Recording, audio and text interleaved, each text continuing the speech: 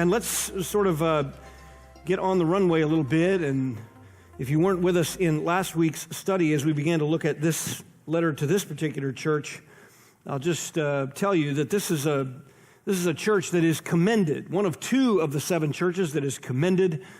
And in the commendation here, it's actually very, very sweet because it is a church in a very difficult scenario in Philadelphia at the time, and it says that they were centered upon the Word of Christ, they persevered in the Word of Christ, and they were steadfast all the way to the end. So Christ promises them a few things which we'll look at tonight, and it is an absolutely marvelous letter. It's an encouragement to us as a church because it does mean then that the main purpose for God's people is to be exalting Christ and therefore listening to His Word, submitting to His Word. And so we called the church at Philadelphia the Word-centered and steadfast congregation. Totally Word-centered, totally focused on God's truth, obeying it and being steadfast in it over the long haul. Now you remember that Christ, when He sends the letter through the messenger here, gives Himself, again, titles, and in this particular case, He is wanting them to understand His absolute supreme lordship, because as they read the prophecy, like all the other churches, they note what is going to happen, and yet they need to know that He is the Lord of what He promises. He's going to make some amazing promises in this letter. They need to know that He is Lord over those promises, that He can fulfill them. He has the power and the will and the might to make it happen. The forces of evil are going to be massive. The prophecy itself at large, once you've finished reading it, it demonstrates to your own heart and mind the shock and awe of what is to come. And God's people must have comfort in the studying and reading of this prophecy. This particular little church is given some specific promises as it relates to their own faithfulness, and they need to know that the Lord of glory Himself doesn't promise these things capriciously. He does not promise them superficially. He promises them perfectly, and He will fulfill them and has the power and might and will to do it. And so you note there that He speaks of His lordship right out of the gate. To the angel of the church in Philadelphia, write this: He who is holy, who is true, who has the key of David, who opens and no one will shut, and who shuts and no one opens, says these things. This is who He is. He is a holy Lord over His church. He is a true Lord over His church, and He is a supreme Lord over His church. This is comfort upon comfort for God's people when you read what is to come. Now, in this third little section of his title, he says He has the key of David, and He opens and no one will shut, and He shuts and no one opens. And then he begins to unfold the details of this commendation and these promises. So I called this section the supreme lordship of Christ over His church. And in this supreme lordship, He makes some promises to them. Notice verse 8, I know your deeds. Behold, I have put before you an open door which no one can shut. Familiar language they had just read. Because you have a little power and have kept my word and have not denied my name. Behold, I will cause those of the synagogue of Satan who say that they are Jews and are not, but lie. I will make them come and bow down at your feet and make them know that I have loved you. And because you have kept the word of my perseverance, I also will keep you from the hour of testing, that hour which is about to come upon the whole world to test those who dwell on the earth. Verse 11, I'm coming quickly. Hold fast what you have so that no one will take your crown. He who overcomes, again, familiar language, I will make him a pillar in the temple of my God. He will not go out from it anymore, and I will write on him the name of my God and the name of the city of my God, the New Jerusalem, which comes down out of heaven from my God, and my new name. He who has an ear, that is to say, ears of faith, a soft heart, let him hear what the Spirit says to the churches, plural, to the churches. That'll become important later as we talk about some of the different views of verse 10. So what you have here are some amazing promises to this sweet little congregation, this vulnerable little congregation. The first promise, we'll call it a promised glorification. A promised glorification, or we could say a promised preservation all the way to the end. Now, I particularly love this promise because I want to know that when God bars the door, having brought me into redemption, nothing can take it from me. I love the doctrine of eternal security. I love the doctrine of assurance, absolutely. I love the way the Spirit of God works in my life through His power as sin is put to death and as the Spirit of God draws me back to that intimate relationship with the Father, Romans 8. When I'm in sin, He pulls me back and I cry, Abba, Father, I want restoration. I love the doctrine of assurance that grows as my life begins to become like Christ's. But I absolutely treasure the doctrine of eternal security, which is different. The doctrine of eternal security, though related to assurance, is different because this is God's promise that you cannot be lost. And here, to this precious little congregation, He makes this first promise, and it is a promised glorification or a promised preservation all the way to the end. Notice He says, first of all, the kingdom is yours, basically. How do we know that? Well, remember back in verse 7, He who has the key of David, who opens and no one will shut, and who shuts and no one will open. This is a reference to the Messiah's reign and how He will sit on the throne of His father David forever. That is to say, He is the Messiah of God's people. And of course, this church was being flown at by Jews that persecuted them heavily, Jews that put them through some severe kinds of tests, and the text indicates that they did not deny His name even though they were put to that test, verse 8. So here is a reference in verse 7 to the kingdom and who's the gatekeeper, who has the keys. It is the Messiah. He opens the gate of the kingdom to those whom He redeems, and He shuts it for those who are going to be outside of it. And so essentially they're promised in verse 8 that they are going to be glorified. They are promised that they are going to make it to the end. The kingdom is yours. I have put before you an open door which no one can shut. These Jews who are coming against you, they cannot declare you morally bankrupt. They cannot declare you outside of the kingdom. They can't perform some interdict and keep you from God. They are the ones outside. You have kept my word. You're in. And if you're in, you cannot be put out. And if they're out, they cannot come in. This is the supreme lordship of Christ in promising glorification. You say, why is this significant to this church? Well, notice that they're vulnerable in number. Notice He says that you have a little power and you've kept my word. It's a strange statement, and commentators disagree on it, but it seems to me that if we're talking about the kingdom and we're talking about actually arriving there and actually being preserved by God to the end so that your salvation cannot be lost, essentially what He's saying is you're vulnerable in the sense that you look powerless. You look as though you cannot be sustained. You can't get there. You won't be steadfast. And actually the persecution that comes against you will snuff your faith out. You will not be able to hold your ground. You will not be able to endure the suffering and the affliction. You're going to waver. You're going to actually apostatize. And He says, you're vulnerable. Some commentaries even think this just means a small congregation, a bunch of believers huddled together in a small group in Philadelphia, and a large contingent of the Jewish leadership and elite of Israel who are against them, but they're not actually those who are part of God's covenant people. In fact, Jesus says they say that they are Jews and are not, but they lie. Whatever is going on there, somebody, a whole group of them with a lot of power and a lot of clout and a lot of influence, maybe even political ties so they can bring the government against this little tiny congregation, they are using all of their influence and they are pulling all the stops out to come against this little congregation, and they say they're part of the covenant people of God, and yet God says they're liars. They're shut out. You are in. You might have a little number of you, so you're vulnerable in number, but your faith, it is proven, is immovable.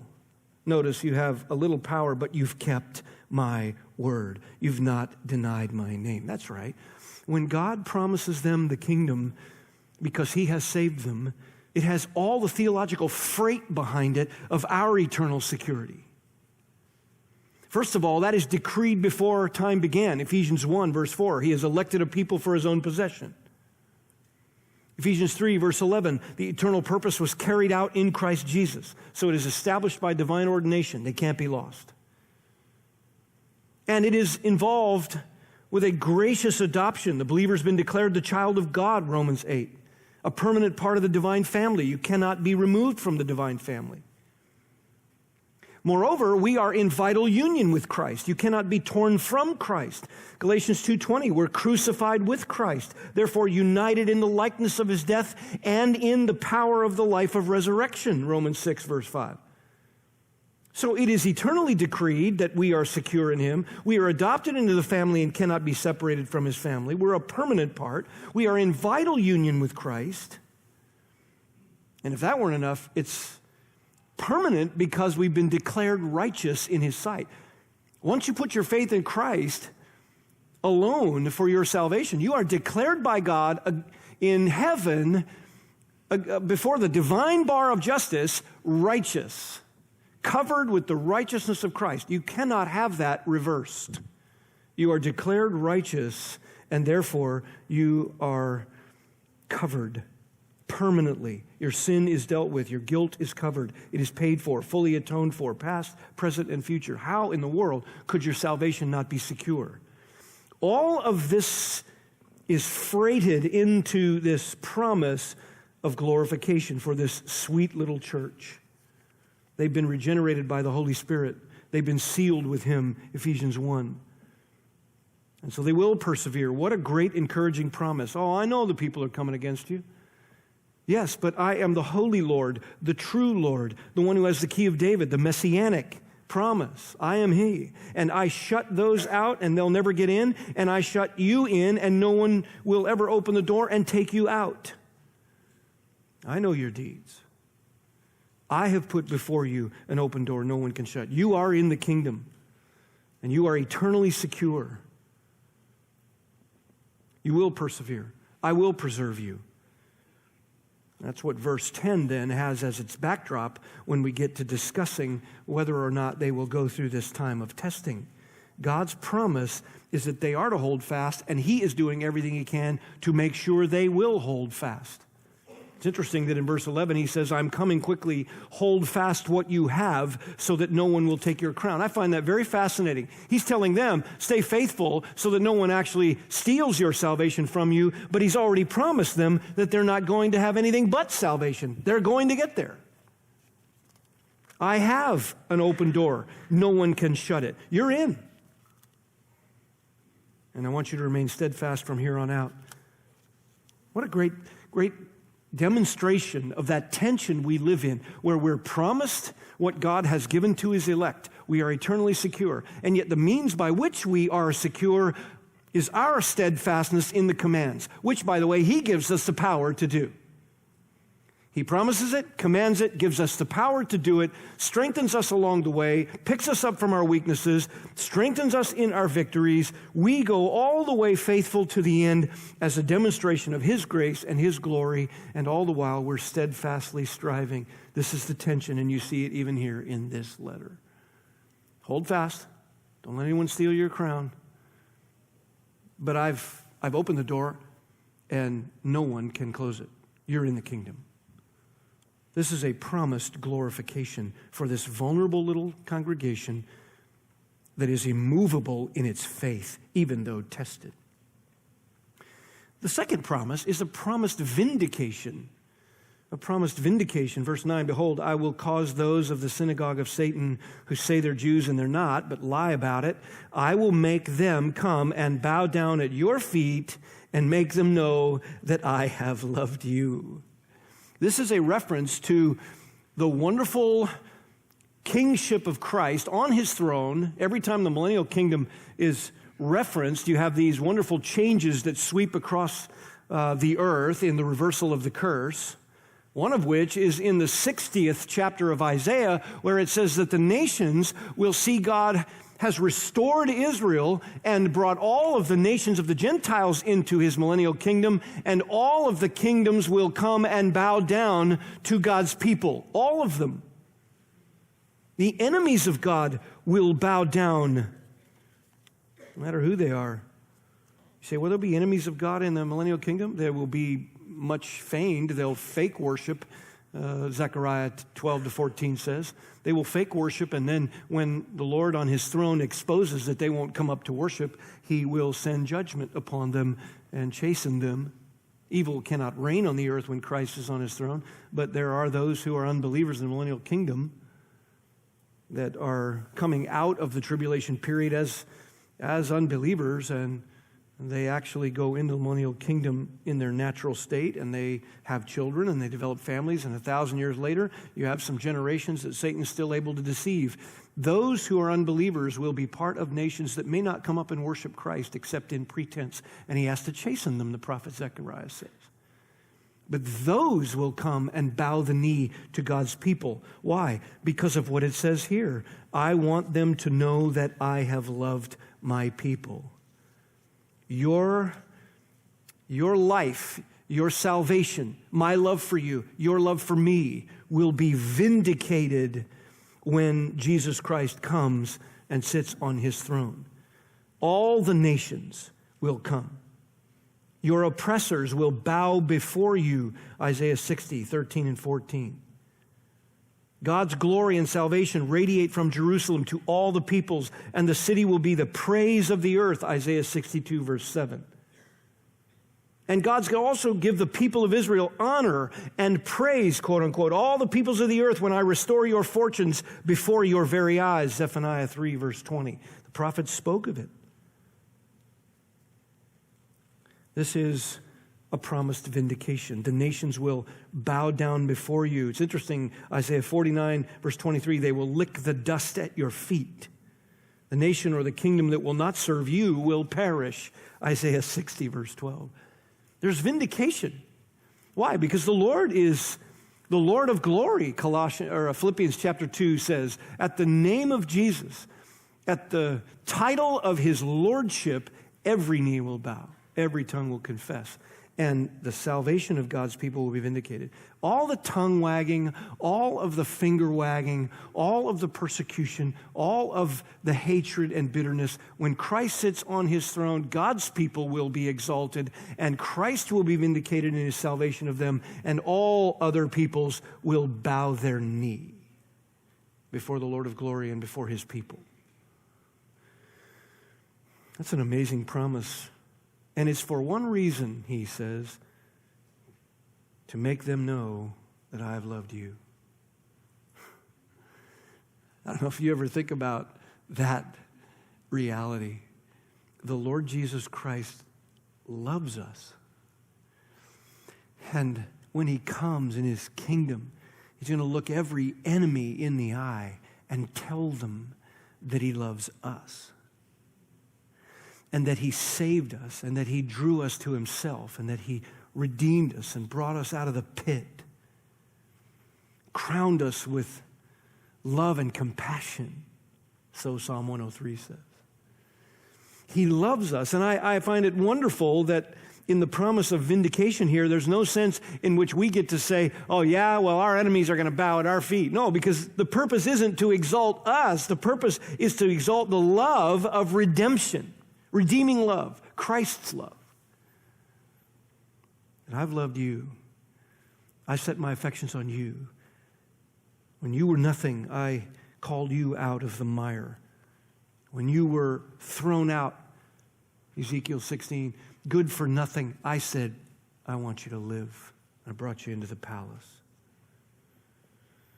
So there is a promised glorification to this sweet little church for having stayed word-centered and steadfast. And there is a promised vindication to this sweet little church in that God's people will be reigning with Christ, and all the enemies of God will bow the knee to God's people. And even Israel was promised that all the nations would bow the knee before Christ, the Messiah, and even Israel's enemies would recognize that she was the special love of Messiah. Marvelous promise. You know, there's just something in the believer that knows that's got to happen. I mean, the Lord must be vindicated. His name must be vindicated. All this evil, don't you ever sort of sense that rising in you sometimes? Not as a sense of human justice. I'm not interested in social justice or human justice or my version of justice, which is always tainted with selfishness. I mean, there's a divine justice that even for the Christian, as the Spirit of God is transforming us, it just starts to rise up in you. You just know it must happen. Satan must be judged, and judged in such a way that everything that ever came against Christ is reversed and his name exalted as it rightfully ought to be exalted. It just rises up within the believer's heart. Lord, somehow, some way, at some time, all this evil must be righted. It must, because you are God, and you are beloved, and you are the Lord of glory, and you deserve that, and your redeeming love is rich and incomprehensible and must be elevated, and it must be put on display. You must be put on display. Everything about your purposes must be magnified. It just rises up within the Christian. In the context of a little tiny group of people who've stayed steadfast, here it is, a promise of that vindication, that very thing. What an encouragement to them. And if that weren't enough, then they have a promised extraction. A promised extraction. Look at verse 10. Amazing. Because you have kept the word of my perseverance. I love the fact that he personalizes it with the pronoun, my perseverance, my steadfastness. Christ went all the way in defeating sin. He loved his people to the nth degree. He, for the joy set before him, endured the cross, despised the shame, went all the way to the end. His people are called to do the same, to suffer all the way as he did in their striving against sin, Hebrews chapter 12 says. And so his steadfastness, reflected in his people's steadfastness, ought to be kept, and they've kept it. And because of that, he says, I also will keep you from the hour of testing. That particular hour which is about to come upon the whole world to test those who dwell on the earth. I will keep you from the hour of testing. Now this leads us then to this great discussion of those texts in Scripture that indicate that the church has a special particular plan on God's timeline. And that particular plan involves, as all of the tribulational, the rapture views and the tribulation assume or accept, it involves a taking away or a catching away to be with the Lord. In fact, he says here, I will keep you from the hour of testing. And of course, the nature of the protection here is I will literally keep you out of it. I will keep you out of it. And we'll talk more about that in a bit. But this leads us then to the discussion of the promise of God that the church will be with the Lord or caught up to be with the Lord. Some notable texts. You have 1 Thessalonians chapter 4. Let's just look there for a moment. Again, familiarizing ourselves with the territory. 1 Thessalonians chapter 4, Paul has to write to help the confused believers here because there were some who believed that the second coming had already happened. And if the second coming had already happened, or Christ was indeed going to return imminently, and some of their relatives had fallen asleep, either confusion fits, because he talks about it here, and then he talks about it in chapter 5, and then 2 Thessalonians, clearing up their end times confusion. He wants them to have comfort about those who have already died. Look, they haven't missed anything. They haven't missed Christ. They haven't missed the kingdom. They haven't missed his glory. They haven't missed when he comes in his appearing, being a part of that. They haven't missed it. And so he says in verse 13 of 1 Thess 4, I don't want you to be uninformed, brethren, about those who are dead, asleep being a metaphor for death, so that you will not grieve as do the rest who have no hope. So they were uninformed, or confused at least. And what was the particular confusion? The Jews that dogged their heels, those that were against this brand new congregation, were saying to them, look, the resurrection has already happened. Christ's appearing is parousia. It's already done.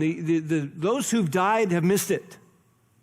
Those who've died are not going to be a part of it. And even if it hadn't happened, they are already dead. They're going to miss it anyway. Both sides of the confusion, it seems, existed.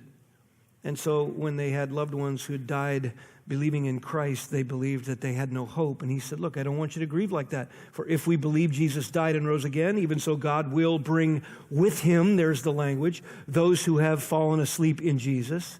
And this we say to you by the word of the Lord, that we who are alive and remain until the coming of the Lord won't precede him. They're actually going to be caught up with the Lord before we are, or at the same time, but with us. And even in this sense, if you want a technical order, we go second. The Lord himself will descend from heaven with a shout, with the voice of the archangel, and with the trumpet of God, and the dead in Christ will rise first. And then we who are alive and remain will be, there it is, caught up together with them in the clouds to meet the Lord in the air, and so we shall always be with the Lord. Here is where we get the idea of a catching away, or the Latin term from which we get our English term, rapture. This is a term that means to be caught up, to be taken up. That is the basic term. You see also a reference to this when Jesus was with his disciples in John 14. He said, look, I'm leaving you, but I don't want your heart to be troubled. If I go to prepare a place for you, I will come again and receive you unto myself. At that where I am, there you may be. My Father's house has many dwelling places. I'm taking you there. I'm going to prepare it. I'm coming back, and you're going to go there. There is a reference to God's people being with him in glory, and we'll sort of reference that particular passage the next time we jump into the study and unfold more of it. You also then have 1 Corinthians 15, just looking at that for a moment. 1 Corinthians 15, you remember this is a text that speaks about how we are transformed by resurrection power. Death has no victory over us. And Paul says in 1 Corinthians 15 that there is this mystery that he's telling them about. We will not all sleep, but we will all be changed in a moment, in the twinkling of an eye, at the last trumpet. For the trumpet will sound, and the dead will be raised imperishable, and we will be changed. In the context of death being swallowed up in the victory of new resurrection life, and in the context of the catching away of God's people, there is this wonderful transformation that takes place. So here you have some general references to what we call the catching away of the church. Now the question then comes, when does this happen? Because going back to Revelation chapter 3, the church at Philadelphia, because they've been steadfast in the word, there is a promise here of extraction of some kind, in some way. The verb here means to preserve or to protect, and put together with the compound preposition, they're protected out of or preserved out of, literally. The church is promised that it will be kept from the time of testing. Some would say they're preserved while going through it, or preserving from within. That would be the view that says the church is going to go through the tribulation, the post-tribulational view, and we will be preserved, that is to say, our faith protected while going through it. And so the question then becomes for us, is this a reference to a catching away of the church before the tribulation period? If the testing referred to here is the tribulation period, and I believe that it is, then is this a promise that the church will leave before it happens? Or does it mean, as some believe, that the church is preserved from within or going through it? Not outside of it, but from within it. Some commentators argue that since the preposition ek, or the word from which we get out of, that since it is just speaking merely of motion, that it must mean, or it could mean very strongly, that we will be in the tribulation and be preserved going through it in that forward motion as the tribulation and its horrors proceed. Unfortunately, although there are good extra biblical pieces of literature that might indicate some of those things with regard to that preposition. The history of the meaning of this particular preposition speaks of a position of being outside of something. It most often speaks of being outside of something, being outside of its object with no concept of being actually preserved through it. So it seems to us, just at least initially upon the reading, the most natural reading is that this is a promise to keep them outside of what is called the time of testing. In secular literature, this preposition is also used to mean that same thing, to be kept completely outside of something. In the Greek translation of the Old Testament, the Septuagint, Proverbs 21:23 takes that same sense. The one who guards his mouth and tongue keeps his soul from trouble, keeps it outside of trouble. There's no existence of the soul within the trouble in Proverbs 21:23 when the Greek translated the Old Testament. And so it was common knowledge then in that particular time period for them to think in terms of being kept from the trouble that can come to the soul, or keeping your soul from the trouble, completely out of it. There are places in the Old Testament where you have that same concept, where the idea of being kept from something is not to go through it, not from within it, but to be kept completely outside of it. Similar texts in the New Testament indicate the same thing. You have in the book of Acts 15:29, the Gentiles are told to keep themselves from the practices that offend the Jews. Same idea, same use of the same concept, to keep themselves outside of the practices that offend the Jews.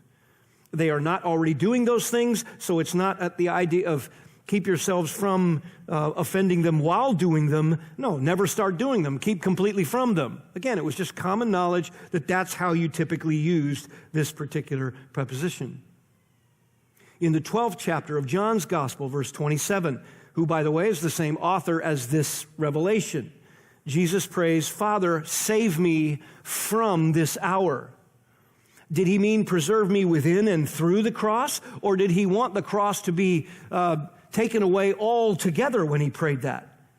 Well, we know from the Synoptic Gospels that Jesus pleaded with the Father to let the cup pass from him. Matthew 26, Luke 22. He was asking the Father to find another way. He was asking the Father, or appealing to the Father, that if there were another way than him bearing a foreign guilt he'd never felt, then please, Father, bring about a different way. Keep me out completely from this hour.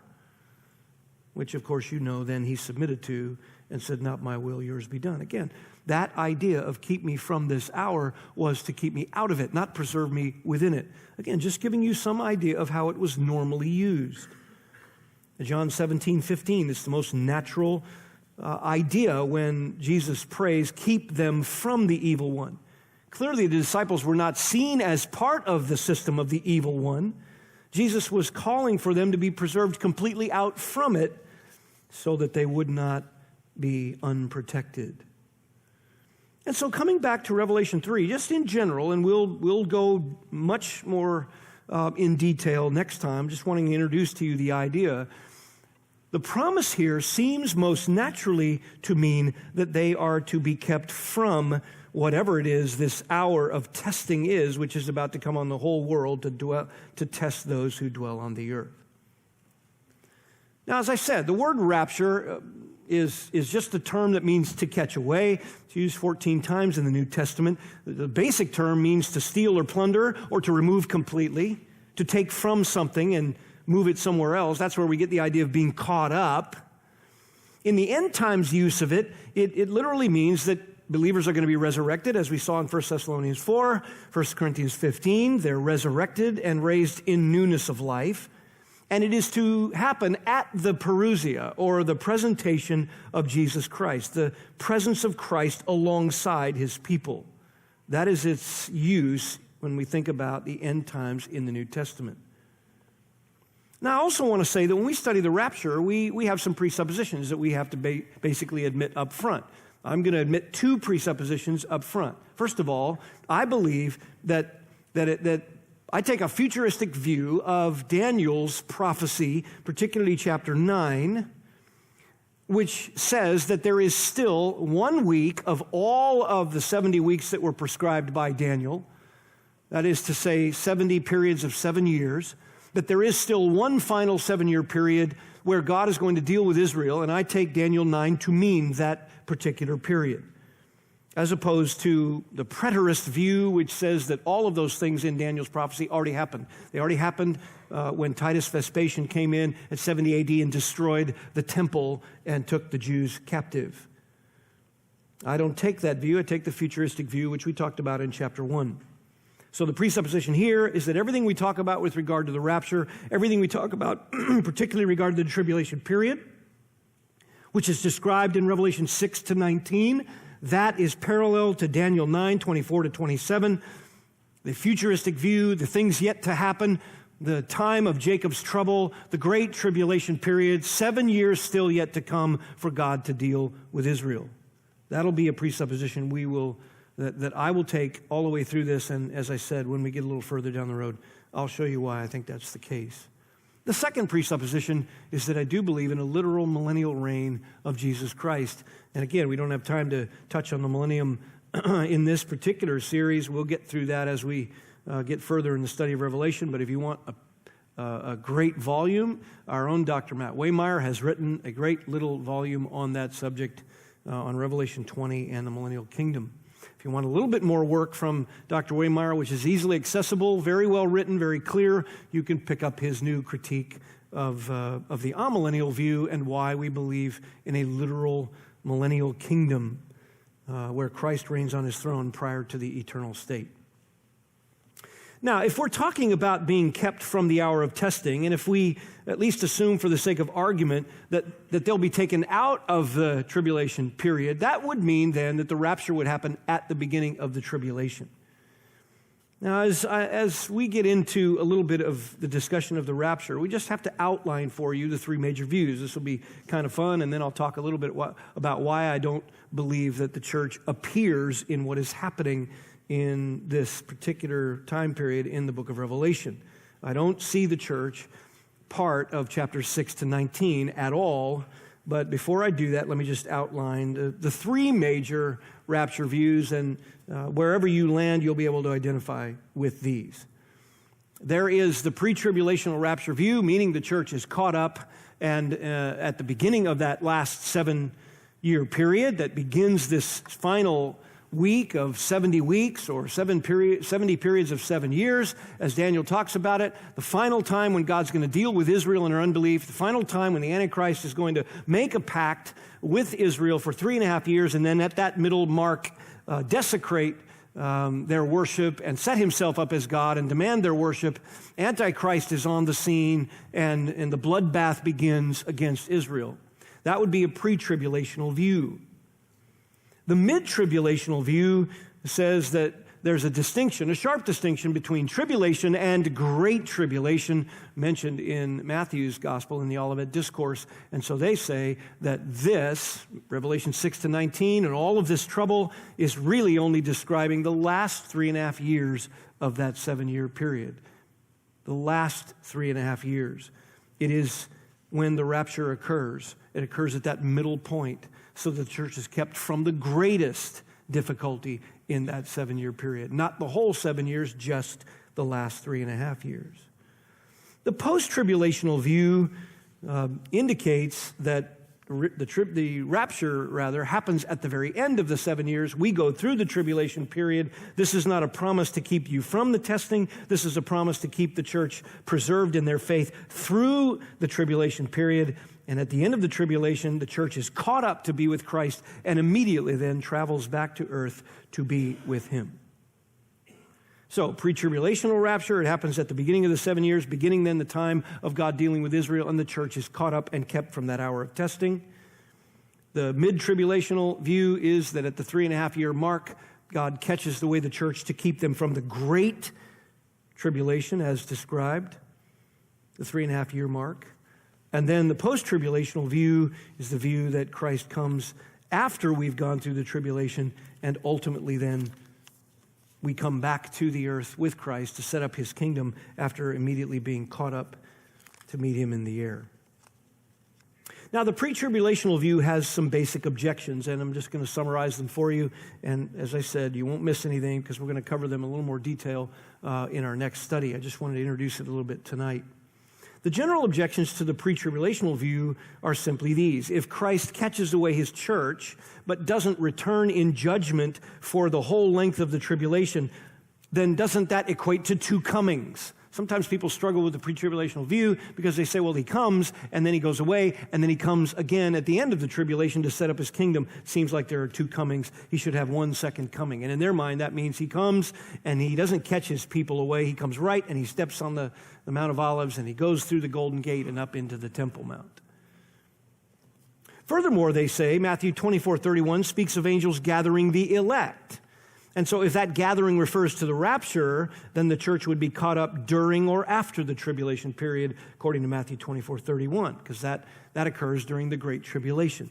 So they say, look, if the gathering of the elect during the great portion of the tribulation, the last 3.5 years, if that's the rapture, then the rapture must occur somewhere in the middle or somewhere near the end. Another objection is that the imminence of Christ's return cannot mean he could return at any moment. So in other words, the next thing on the calendar, so they say, is for us to look for the signs of his return, at which point we're going to be looking for the tribulation. We're going to look to go through it. We're going to see the events of the tribulation unfold exactly as Revelation says, and then we will know exactly when Christ is going to return. So he's not going to come at any moment. He will come as we look at the signs of the tribulation period. Why do they say that he could not come at any moment and the doctrine of imminence isn't valid? Well, because Jesus told his disciples that they would be witnesses to the whole world. And if Christ could have returned imminently at that moment after his ascension, how would there be enough time then to evangelize the whole world? Seems like a very, very strong argument against the idea that we're waiting for the beginning of this tribulation by the catching away of the church. Furthermore, Peter was told he would grow old. Knowing this, then how could Peter and the apostles have believed in an imminent return of Christ? And we'll cover some of that ground as well in the coming weeks. So just giving you some of the arguments. They seem like pretty good arguments. Now, with regard to the mid-trib view, the idea that Jesus comes right in the middle at the 3.5-year mark, caught up to meet the Lord right at the mid-70th week point, they say it happens when the temple is desecrated by the abomination of desolation. That's in Matthew 9:27. That matches Matthew 24:15. Daniel 9:27, Matthew 24:15, parallel. So at the 3.5-year mark, there is this transition from the pact that the Antichrist made with Israel, and at the 3.5-year mark, he sets himself up as God to be worshipped, and that begins a major bloodbath called the Great Tribulation. And so ultimately, they say that's when the rapture will occur, so the church is kept from that. The actual tribulation, they say, therefore, begins at Revelation 6:1. Not at Revelation 6:1, but later on in the book. And so ultimately, the mid-tribulational view, it has some strong support if you remember that the Great Tribulation and the events of the Great Tribulation are frightening enough. They want to believe that the church at Philadelphia, like all other churches, are caught only out of that portion. Now, some objections to the mid-trib view. Daniel's mid-70th week transition from tribulation to great tribulation is dramatic, no doubt. But no explicit or implicit connection is made between the abomination of desolation and the rapture passages. So there's no indication that at that 3.5-year mark, there's some explicit statement that says that's when the church is caught up. In fact, a strong case can be made that the tribulation begins when Jesus begins opening the end times scroll, which is in chapter 6, verses 1 and 2. The rider went out conquering. The second seal brings global wholesale hatred and war. The third seal causes massive famine. The fourth seal kills 1/4 of the earth's population. And the fifth seal envisions the martyred saints calling for God's judgment on the world. The sixth seal ushers in a total breakdown of the cosmos along with global panic. And all of that occurs before the trumpet judgments of Revelation 11. So it's hard to imagine any greater tribulation than the first things that begin to happen. So if they say it happens at the midway point to keep us from great tribulation, I hardly know how they could skip over what happens in the first opening. The first opening scenes of chapter 6 are pretty massive. With regard to the post-tribulational view, just summarizing a few things, the church is caught up at the end of the tribulation, meeting the Lord in the air and immediately returning with him at his second coming.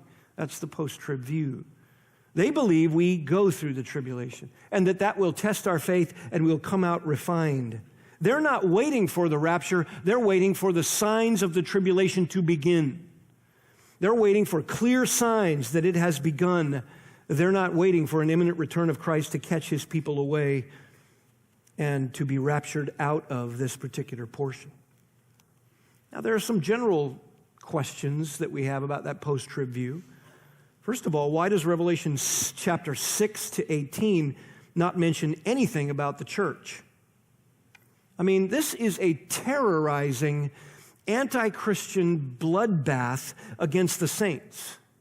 From chapter 6 to 18, there are no local fellowships in view seen doing anything that the church typically does. There are no local fellowships powerfully carrying out the ministry of the gospel. There are no church leaders or under shepherds tirelessly equipping and encouraging the saints during what Jesus called a time such as has not occurred since the beginning of the world until now, nor ever shall be, Matthew 24.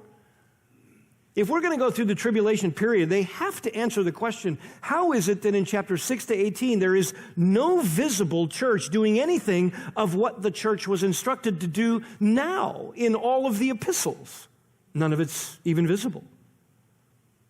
And furthermore, the Jewish believers, 144,000 of them, in Revelation 7, 3 through 8, they are not interacting with anything regarding local fellowships, local church fellowships. They're not even in view. Just the Jewish believers, the 144,000 protected male Jewish believers, they are in view. That's it. They're not interacting with believers in the church. They're not interacting with elders. There's no church leadership visible.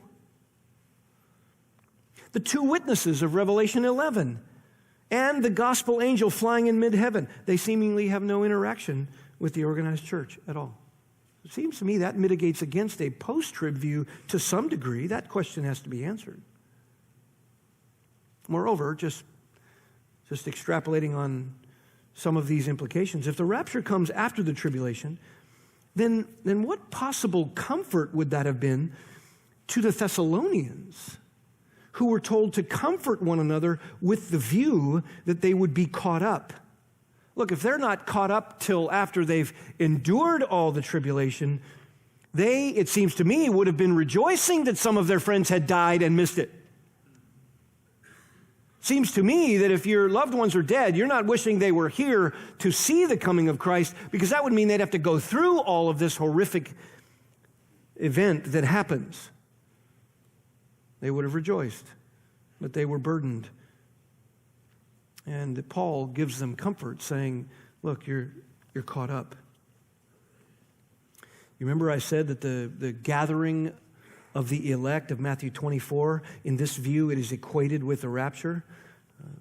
It's also true that it might as well just be the gathering of believers who are converted during the tribulation. Could be just the believers that are martyred, who are gathered in Matthew 24 as the elect when Christ comes in judgment. It doesn't necessarily have to be saints who are raptured. So that's not even clear. Furthermore, if the church goes through the tribulation, but is also kept from God's wrath, then martyrdoms don't seem to make sense. Nor does Jesus' very specific prayer for protection, Revelation 3:10. He says, I will keep you from the hour of testing. Martyrdoms don't really make sense if the church is going to go through the tribulation and this bloodbath. In fact, I would ask, if the rapture happens at the end of the 7-year period, why a rapture at all? Why a rapture at all if you just are caught up and then you come back with Christ immediately? A lot of post-tribulationists have said to me that the rapture at the end of tribulation protects God's people from Armageddon. Well, look, if we're preserved through wrath during the great and terrible tribulation, Armageddon seems to be a cakewalk. I mean, if God preserves us through the great and terrible tribulation, as they say, why do I need to be caught up and protected from Armageddon all of a sudden? That seems rather arbitrary. Furthermore, I'll just mention that if all believers will be resurrected, and all unbelievers judged, as Matthew 25 indicates. When Christ comes back, all believers are resurrected, all unbelievers judged. Then how will the millennial kingdom, if you believe in a literal millennial kingdom, how will it be populated with anyone that has a physical body and not a glorified body and can still have children who are then deceived by Satan at the end of the 1,000 years? Seems to me if all believers are resurrected, rapture happens at the end of the tribulation, and all unbelievers judged, you don't have anyone going into the millennial kingdom that isn't a glorified believer, and therefore you have no one to be given in marriage and have children who might be deceived at the end of the 1,000 years, as Revelation 20 indicates. So there's some questions that the post-tribulationalist has to answer. And let me just, in the remaining time we have, give you some of what I think are good implications just in general regarding the rapture of the church at the beginning of the tribulation period. This will just be food for thought as our time sort of is limited tonight. Just some food for thought. And let me just say something about theological method. There is no reason to imagine that any time we study end times that we are going to come to precise conclusions about every dynamic, particularly about the tribulation and the rapture, because we're not working from explicit statements in Scripture. None of the views is so clear so as to not have questions. None of them. So we should not separate over these things or divide over these things, but we should explore them, because in theological method, the point, when you don't have explicit statements, the point isn't to ignore the teaching or say, look, it just doesn't matter. The point is to work from implicit principles and inferences with all that is said about it, and look to the view that you believe is the clearest and has the least amount of unanswered questions. Well, one of the areas that I think is very, very important in thinking about implications is this whole matter of the tribulation period itself. When you read Revelation, you know, I've been reading Revelation over and over and over again in preparation for our study of Revelation, and I just sort of like to get altitude and read. I don't like to always study passages in depth while I'm going through it. I just want to read it straight through. I want to get flow of thought. I want to get the feel of it. And as I'm reading and as I repeat the process, and as my mind becomes saturated with the flow of thought and the events that happen from one to another, as my mind and heart become saturated with transitions of thought and all of those dynamics, some implications begin to become visible. Things that wouldn't otherwise be on your mind unless you took some time to think about it. And I'll just tell you this, most people who study eschatology and end times, their arguments aren't necessarily bad ones, but they're limited because there's only two or three. Sometimes they only have one argument, and that's all they've thought about. And I believe that when you're going to study these things, rather than have phobias about particular views, try to immerse yourself in every one of the views and try to read the texts with some altitude again and again and again and begin to think about implications regarding that. And as I began to do that, there were some implications that came up as I read chapter 6 to 19, as I read the events of the tribulation, these horrific events that are coming and that are prophesied here. Some implications came up with regard to the timing of the church and its catching away. And it began to become important to me as I looked at Revelation 3:10 and this promise that the church is kept from this time of testing. Implication number one is that Revelation 6 to 19 preeminently features Israel and not the church. Now, this is a very important point. When you read chapter 6 to 19, and that is a lot of material, and you're focusing exclusively on the time of God's judgment and the rise of Antichrist, the people being dealt with in that particular period of time, the preeminent people being dealt with is not the church as we know it in the time of the Gentiles, written to by the Apostle Paul and the apostles, these many epistles. Revelation 6 to 19 preeminently features Israel. For example, after the seal judgments begin, chapter 6, God marks out 144,000 of the 12 tribes of Israel. Israel is seen again in chapter 12, verses 1 to 6, and verses 13 to 17. They are worshiping before the throne in the vision of chapter 14, having been purchased from the earth and set apart for God's service.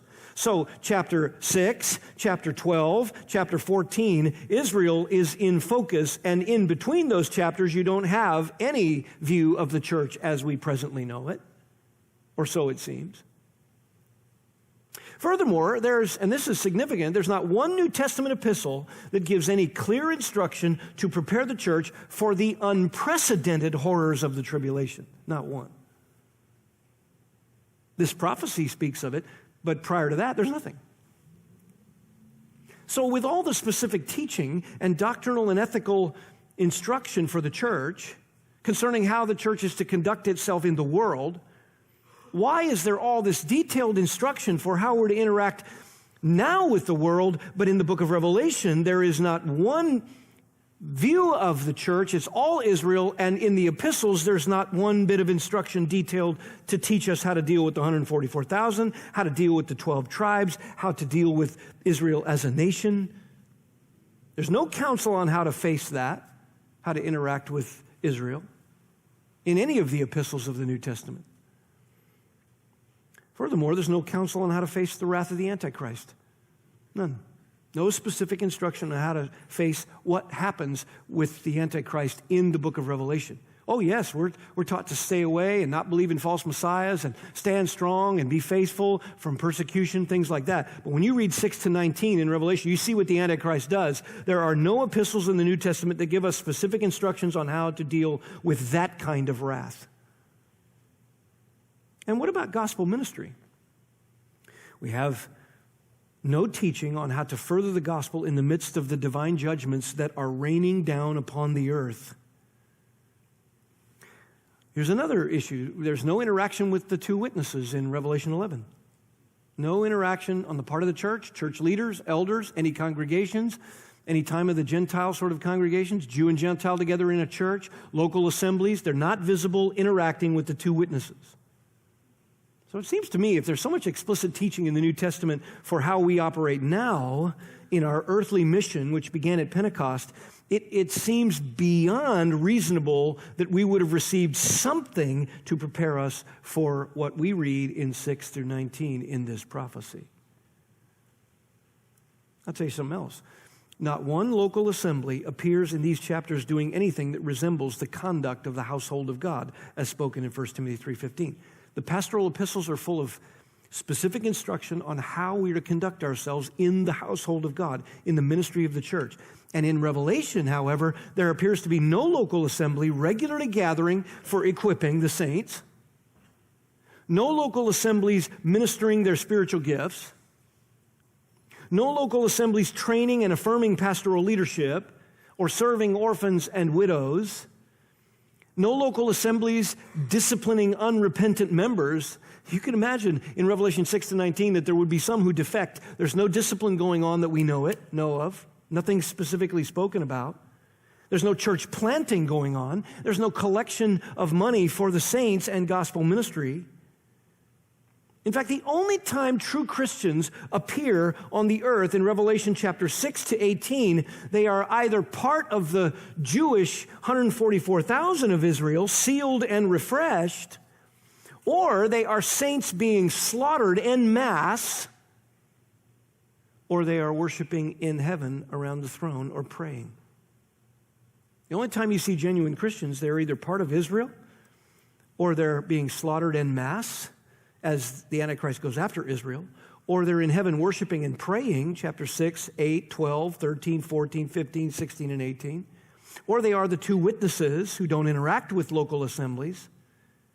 Prior to chapter 6, you have messages of warning that are sent to these 7 churches in Asia Minor, actually 5 warnings and 2 commendations.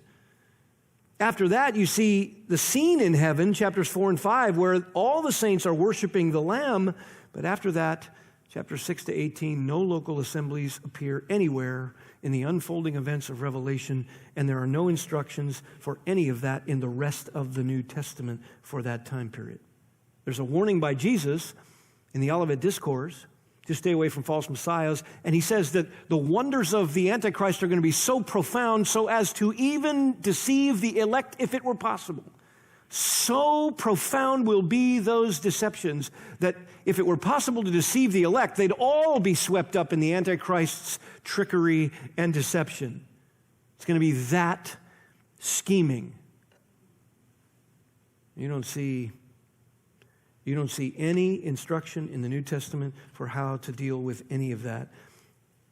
No local assemblies at all. Moreover, it seems that the parallels of Daniel's prophecy and Matthew's Olivet Discourse just seem to talk about this is the time of Jacob's trouble. These are parallel. The midweek abomination, Daniel 9, 26 and 27, and Matthew 24, verse 15. Same thing, Daniel 9, 27, Matthew 24, 21. The middle of the week, ushering in the Great Tribulation, also called 42 months. 1,260 days, Revelation 11 and 12. A time, times, and half a time, Daniel 7. You've heard all these terms, Revelation 12, 14. It seems that these are parallels. Israel being dealt with in Daniel 9 in this last period of 7 years, and Revelation 6 to 18 dealing with Israel. Daniel's prophecy parallels Matthew 24. These are the specifics of God dealing with Israel, and it includes the specifics of the Antichrist's covenant with Israel and his defiling of the temple on the wings of abomination who makes desolate, Daniel 9. So it seems to me that the parallel of Daniel 9 and Matthew 24 and 25 is that Israel is being dealt with here. Israel. And if Daniel's dealing with Israel during the tribulation, then Matthew 24 is dealing with Israel in the time of the tribulation. Jeremiah 30 verse 7 calls it the time of Jacob's trouble. That indicates that ethnic Israel is being dealt with during the tribulation so that the non-elect can be judged and the remnant may be brought in, according to Romans 11. So one of the implications to me when I read chapter 6 to chapter 18 or 19 is that you don't see any of what we study and do expositions of in all of the New Testament literature about what's going on right now. We're a local assembly. We have all that goes on in the conduct of the household of God, and we're to do that until, it says, until the Lord comes for us. We're to do that all the way. But we have no specific instruction for dealing with that horrific time, and the church doesn't appear dealing with Israel at all, the 144,000, the two witnesses. They don't interact with anything. They're not even visible. That, to me, is a loud implication.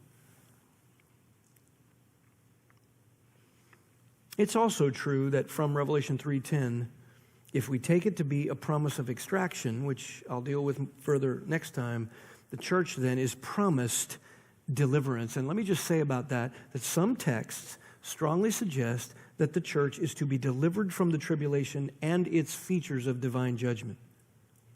All the tribulation views agree that God's people are not under the judgment of God. That's true.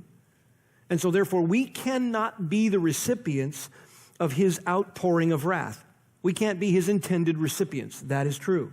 So all the views agree that throughout her history and until Christ returns, the church can or has and will continue to experience persecution and afflictions, but we're not the intended recipients of God's outpouring of his wrath. He pours it out on the wicked of the earth. And if the church is delivered from the time of God's outpoured wrath upon the wicked of the earth, then on what grounds would it be that he would protect us from that wrath? Well, it can't be because the atonement of Christ makes believers exempt from the tribulation. That's not true. We could go through it. Because those who are saved during the tribulation are also under the blood of Christ, and they will experience those things. So it can't be because we're merely atoned that we're promised that we're not going to go through it. So why the exemption? Why the promise of extraction from it? Well, it's because God promised it to his people now. The tribulation saints will be a unique group, given a unique grace of God for a unique time as God deals with Israel. But God promised to the church, and often stated it, I'm going to keep you from my wrath. My wrath is not intended for you, and I'm going to do it as a foundation of your hope and your comfort and your holy living. It was the sovereign plan of God, the sovereign decision of God to remove saints prior to the tribulation period. All those who get saved during the tribulation period, they're going to face it. They're going to face the Antichrist, and it will be a bloodbath like no other. They will be given a special grace, the Bible says. They will be given a special protection, special vindication. But right now, those whom he saved during the time of the Gentiles, Jew and Gentile, in local assemblies, right now, it is God's sovereign decision to remove them from the earth because he's promised it for our present and future comfort. It would hardly be comforting if he was saying, I'm going to leave you in it. He has a special plan for those saved during the tribulation, but for now, he promises it for our comfort that he's going to remove us from that wrath. You know, it's interesting, too, just thinking about implications. The patience of God toward tribulation saints is unique to them. When you read Revelation, another implication comes off the page. The patience of God toward tribulation saints is unique. Since tribulation saints are not believers at the time of the rapture, but they're saved after the judgments begin, that, by the way, is another unique expression of God's boundless patience and his initiating grace, it seems to me. Think of it. After generations of gospel witness through the church of Christ on the earth, through us, through you and me, generations of gospel witness, and so far since the resurrection of Christ, 2,000 years of gospel witness, and men and women all over the globe have continued to reject Christ.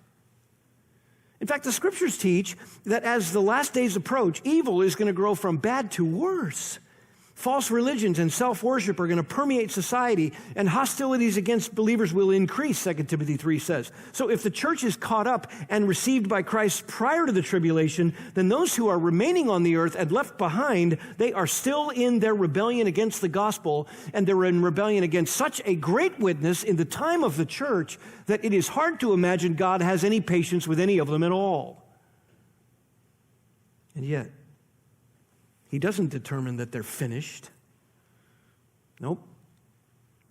In fact, God, at the beginning of the tribulation and all through the tribulation, does such a marvelous, gracious work that the entire nation of Israel comes to Christ.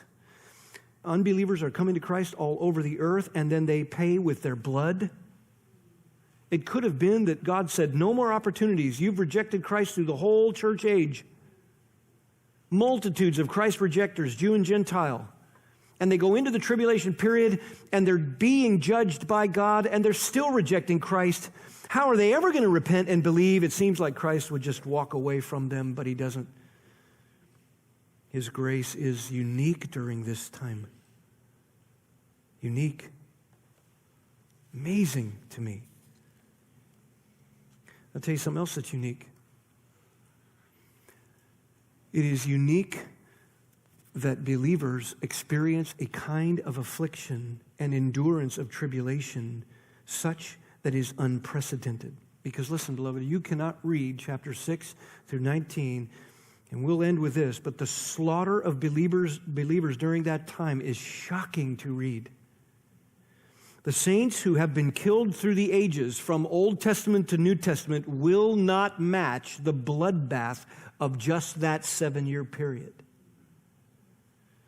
The affliction and endurance of tribulation saints is unique. We experience persecution, but nothing like they will. And yet they will stand and go all the way to the end. Matthew 24, 21 and 22 says, "For then there will be a great tribulation, such as has not occurred since the beginning of the world until now, nor ever shall be.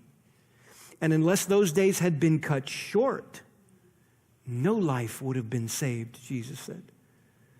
"But for the sake of the elect, those days have been cut short." Wow. For the sake of the elect. God is saving his elect, and then they're going to go and be slaughtered for their faith. That's true. You read it. I mean, Revelation 6, 3 to 11, by the time the fourth seal judgment is opened, multitudes of new believers have already been slaughtered. Revelation 9, 9 to 17, just before the seventh seal is opened and the trumpet judgments begin, an innumerable host of martyred saints are already serving God at his throne, already slaughtered. Multitudes more of the saints are overtaken and killed, Revelation 12 and 13. In fact, Revelation 13 says believers are compelled to either worship the beast or die, and they're all given the mark, verse 16, all given the mark of the beast or killed on the spot. You either take the mark, or you starve in hiding, or you're killed on the spot, verse 17 says. How many died in that way? Revelation 15, verse 2 indicates they couldn't be counted. They couldn't be counted. Some will survive and represent those who enter the earthly kingdom of Christ in their non-glorified bodies, but they could not be counted, those that were slaughtered. So many are slaughtered, in fact, that the judgment of God rains down on them. The angels rejoice over it. Revelation 16 says this in verse 5 and 6, I heard the angel of the waters saying, righteous are you, who is and who was, O Holy One, because you did judge these things. For they poured out the blood of the saints and the prophets, and you've given them blood to drink. Listen, Jesus judges the Antichrist and his evil system because of the amount of blood they spilled of the saints and the prophets during the tribulation. And it is so profound that even the angels give commentary on it. He says, you have given them blood to drink, and the angel says, they deserve it. They deserve it. That's strong language. Revelation 17:6, I saw the woman drunk with the blood of the saints and with the blood of the witnesses of Jesus. Look, Jesus said this would be a frightening time for believers unlike anything in the history of mankind. One reason is that so many saints, brand new in the faith, are going to pay the ultimate price. So when we suffer today in the church today suffers some indescribable persecutions and martyrdoms all over the world and has since its beginning. But the horrors of the tribulation bloodshed will overshadow all of it. And God's children who've recently come to faith, the Bible says they will endure. It's a unique patience of God and a unique affliction and a unique endurance. What a testimony to his power. You would think it takes a mature believer to endure. No, they're going to get saved and die right there for their faith. Every tribulation saint who endures to the end in the face of those horrors vindicates the name of God, the character of God, and the promises of God. It may also be true that all who embrace Christ do so before the bowl judgments. That's possible. The bowl judgments are absolutely frightening, and they come in rapid succession. Revelation 15:1, and they are near the end of the 7 years. And as each bowl is poured out on the wicked of the earth, the death and destruction are of such massive, indescribable scale that Revelation 16 indicates that only the blasphemers are visible recipients of those judgments on the earth. So it seems that the bloodbath is over, the tribulation saints are killed, and no one else is receiving the mercy of God, and only the bowl judgments are coming down, and blasphemers are shaking their fists at God as he rains them down, and they are absolutely frightening. So it seems to me when you read Revelation 6 to 19 and you don't see the church, when you read Revelation 6 to 19 and you see Israel, when you see Daniel 9 and Matthew 24 paralleled because it's describing the same period of time, this great and terrible tribulation, and you see the church being given instruction all through the New Testament for what we do today, but absolutely no instruction for that time, and you see Israel visible in the 144,000 who are chosen and the two witnesses, and you see no interaction between local assemblies and those witnesses or the 144,000. All you see is a bloodbath of unique proportions and affliction of unique proportions, unlike any persecution we're experiencing right now. How can there be no instruction in all the New Testament for such a unique time? That has to be answered. Where are the local assemblies to which letters were written specifically by Christ in the opening chapters of this prophecy? Where are those local churches? There's no indication in the rest of the tribulation period that any of them exist at all. They're gone. Seemingly protected from the hour of testing, kept from it. After we deal with the holidays, we're going to come back to this. We're going to go back to Revelation 3:10. We're going to go back to 1 Thessalonians 4. And then we're going to look at Revelation 6 to 19. And we're going to try to look at each of the three views.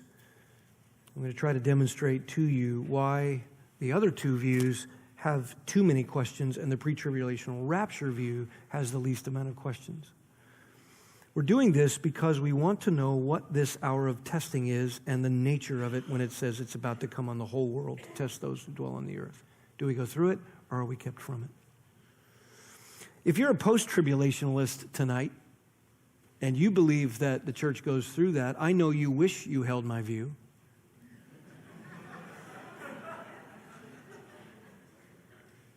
Just kidding. It is true that some of the complaint has been that we hold the pre-trib view because we just don't want to go through the tribulation. Well, that's true. I don't want to go through it. Do you? I don't want to. I admit that. But I actually am trying to deal with a promise here to a little congregation. What's the nature of the promise? And so we're going to try to put ourselves in the tribulation period and see if this promise fits. And we're going to try to take ourselves out of the tribulation, raptured ahead of time, and see if this promise fits. The view with the least questions, whichever one you hold, you can take whichever view you like. The one with the least questions, we'll see which view that is. And we should never divide over these things, beloved, ever. I know that there are a lot of things to consider, and I threw a lot at you tonight. If the Lord can help make sense of those things, that's great. In summary fashion, what we are saying is this is a promise of extraction, if indeed it's a promise that we're raptured out before the tribulation period. In the meantime, I want you to read Revelation. I want you to read chapter 6 through 19. Get some altitude. Just keep reading it over and over again. And ask yourself, what are the implications? Where is the church? Is the church in view? And how does this promise of Revelation 3:10 fit? All right. Let's thank the nursery workers for staying a little bit late. Lord, we thank you for tonight and so much to think about. Our minds are just swirling with so much. Whatever view we hold in good conscience. We hold based upon our study thus far. We never say to one another we have a corner on these views. And pulling the material together in a cogent fashion as we look at this sweet letter to this little congregation can be challenging. But I just pray that you'd make this a jump start, if you will, a way to think about our method of study and not be afraid to look at all of the passages and answer all the questions we can and to be satisfied even when our own view has questions that can't be answered. We're just trying to understand, Lord, what you promised here. You promised that because your word of your steadfastness was kept, then this church could find comfort in being kept from the hour of testing, which has some components to it. It's about to come on the whole world and to test those who dwell on the earth when the test comes. Doesn't seem to indicate it's them, but it could be. We know that whatever you plan and purpose, we can trust you.